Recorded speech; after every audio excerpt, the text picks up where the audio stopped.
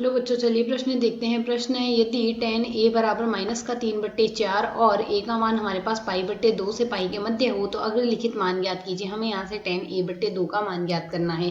तो यहाँ से इस प्रश्न को करने हेतु हमारे पास यहाँ से हमारी मुख्य अवधारणा कार्य करेगी। मुख्य अवधारणा जो कि हम यहाँ पर लगाएंगे चतुर्थांश अक्षों की। यदि हम चतुर्थांश अक्ष से चर्चा तो यदि हम निर्देशांक कक्षों में देखें तो यहाँ से प्रथम चतुर्थांश अक्ष में हमारे पास सभी पद धनात्मक होंगे, जबकि द्वितीय चतुर्थांश अक्ष में हमारे पास साइन थीटा व कोसेक थीटा धनात्मक होता है। ठीक इसी प्रकार तृतीय चतुर्थांश अक्ष में टेन थीटा धनात्मक होगा व चतुर्थ चतुर्थांश अक्ष में हमारे पास कोस थीटा व सेक थीटा धनात्मक होगा। अब a का मान हमें π/2 से पाई के मध्य दिया गया है, तो π/2 से पाई के मध्य अर्थात यहाँ से हमारे पास यह द्वितीय चतुर्थांश अक्ष में दिया गया है। यहाँ से π/2 से पाई हमारे पास a का मान द्वितीय चतुर्थांश अक्ष में है, तो साइन थीटा का मान सदैव धनात्मक होगा। बाकी सभी मान यहाँ से साइन थीटा और कोसेक थीटा का बाकी अन्य मान ऋणात्मक होंगे।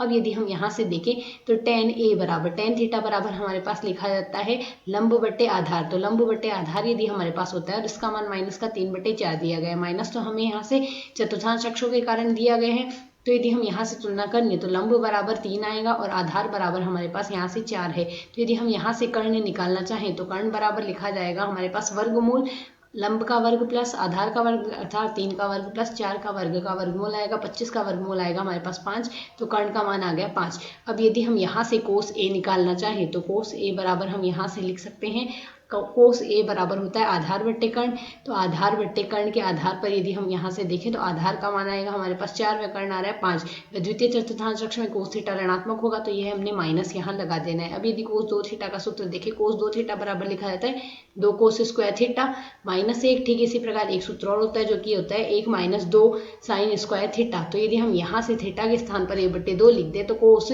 a बराबर हम यहाँ से क्या लिख सकते हैं, कोस a बराबर 1 तो आएगा 2 कोस स्क्वायर a/2 माइनस का 1। ठीक इसी प्रकार यहाँ से 1 - 2 साइन स्क्वायर a/2 आ जाएगा। तो यदि हम यहाँ से कोस a/2 निकालना चाहें तो कोस a/2 तो हमारे पास यहाँ से लिखा जा सकता है वर्गमूल 1 प्लस कोस a आ जाएगा, बट्टे में आएगा हमारे पास यहाँ से 2। तो इसमें यदि हम मान रख दे तो यह मान हमारे पास क्या आ जाएगा वर्गमूल 1 प्लस यहाँ से कोस a के स्थान पर -4/5 रखेंगे, बट्टे हम यहाँ से 2 लगाएंगे। तो इसे सरल कर ले तो यह मान हमारे पास आ जाएगा यहाँ से वर्गमूल 1/√10। तो यहाँ से मान आ गया 1/10 का वर्गमूल आ गया। ठीक इसी प्रकार यदि हम इस आधार पर हम इसे सरल करें तो यहाँ से हमारे पास साइन a/2 बराबर लिखा जा सकता है साइन a/2 बराबर हमारे पास यहाँ से आ जाएगा वर्गमूल 1 माइनस कोस a बट्टे में आएगा हमारे पास यहाँ से 2।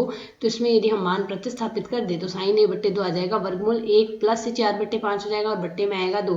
तो यहाँ से आ जाएगा हमारे पास वर्गमूल 9 बट्टे यहाँ से आ जाएगा 10, वर्गमूल 9/10 आ गया। अब यदि प्रश्न के अनुसार देखें हमें यहाँ से tan a/2 का मान निकालना है। tan a/2 बराबर हमारे पास यहाँ से लिखा जा सकता है tan थीटा बराबर साइन थीटा बट्टे कोस थीटा। तो साइन a/2 बट्टे में आएगा हमारे पास यहाँ से कोस a/2।